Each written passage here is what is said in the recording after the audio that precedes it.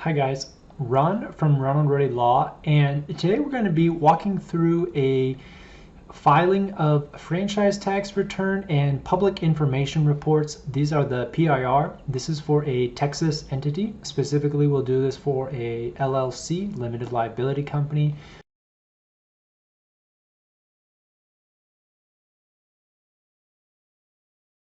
After the success of our recent reinstate your LLC in Texas, we had a lot of comments asking about filing the actual returns. So this video is going to walk you through the specific steps that are needed to reinstate your entity in Texas. All right, let's go. First, you're going to go online. Grab your favorite browser. I use Google Chrome. You're going to go to comptroller.texas.gov. I have this here. We have this beautiful web file systems login. Go ahead and click login. I have my user ID, password. If you don't have one, you're gonna, there you go, first time user, create a profile. Click login. You can see I've got lots and lots of entities. Let's just pick one that I think is older and maybe has a requirement. So we'll check out this one.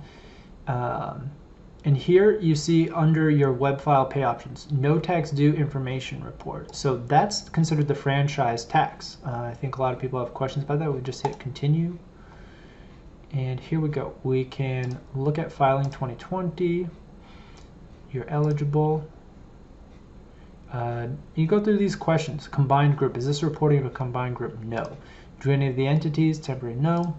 No. So here we got to look up the NICS code.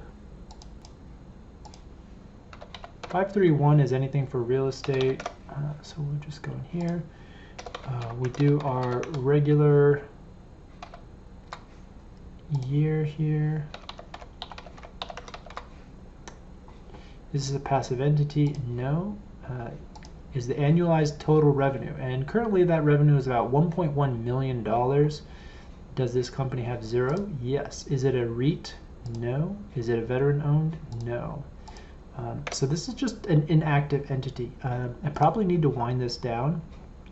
We'll update this address.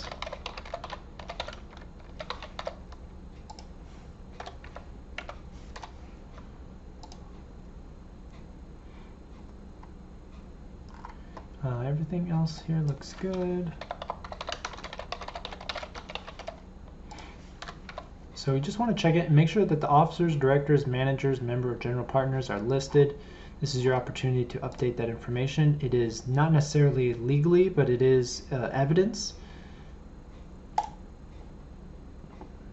So here we have a fee due because it's been submitted and it's late.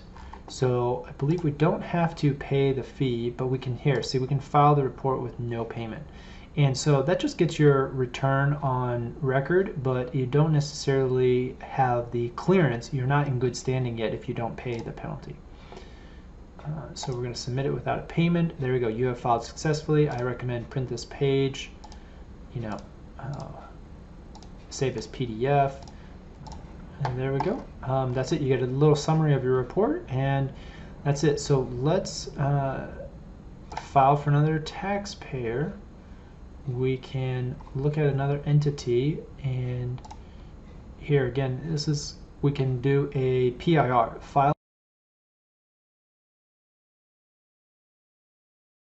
a public ownership information report. That is also a very common report, and you can see that it's due for both of these years. So we will update these addresses.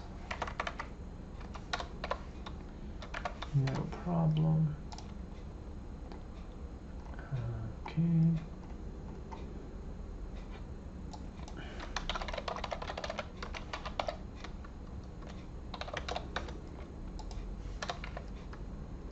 Declaration, I declare is true. That's fine. Let's submit the report. Again, no tax is due for the PIR. That's just for the franchise tax return. Public information report. There you go, you're back at this main system. And there you go. That's really how simple it is to file those two documents. That is the franchise tax return for Texas, as well as the public information reports, the PIRs. And that's how you walk through. If you guys have any questions, drop them in the comments below. Otherwise, we'll see you next time.